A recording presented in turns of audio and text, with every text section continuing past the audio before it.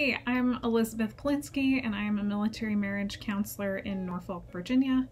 Today we're going to talk about if couple therapy is covered by insurance.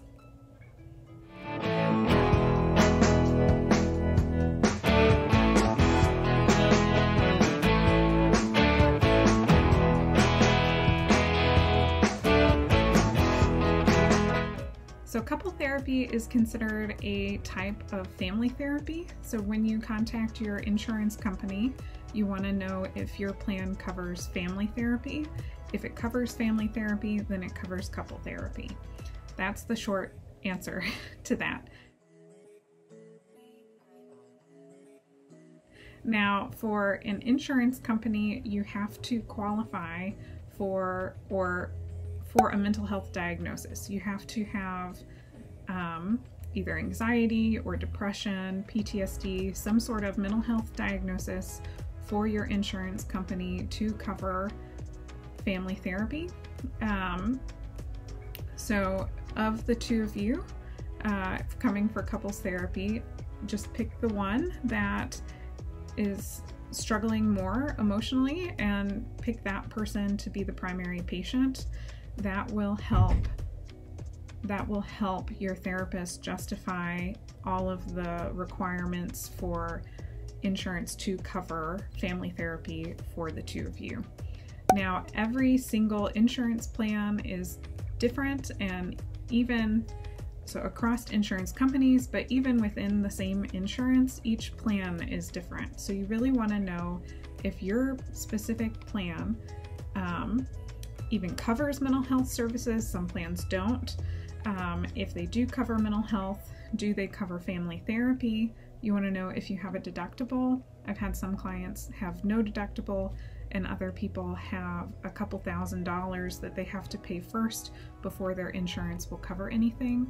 You also want to know your copay. Similarly, I've had some clients have no copay at all, a very small copay, and others have a large copay. So just to recap, you want to call your insurance company to see if your plan covers mental health services. If so, does it cover family therapy?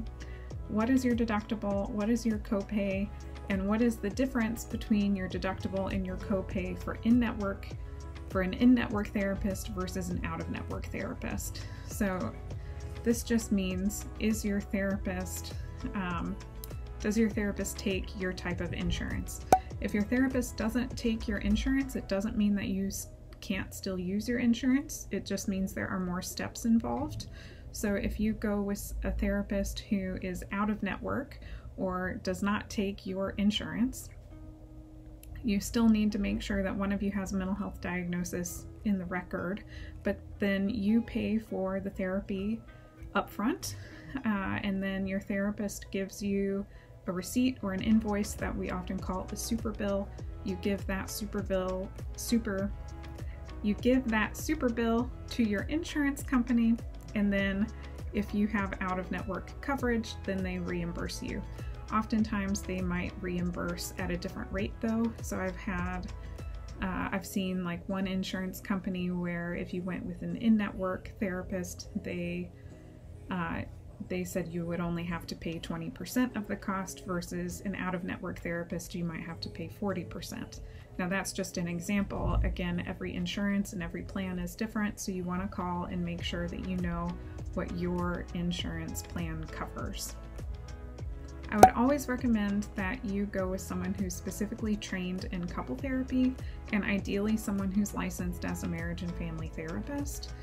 And if you can swing going out of network, I think it's way more important to find someone who's a good fit for you and your spouse.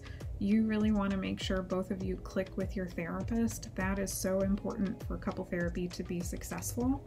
And so I tend to recommend find the right fit first, and then if they don't take your insurance, use the out-of-network option. Of course, if you can't financially swing that, then you're left with in-network options. Anyway, I hope this information was helpful.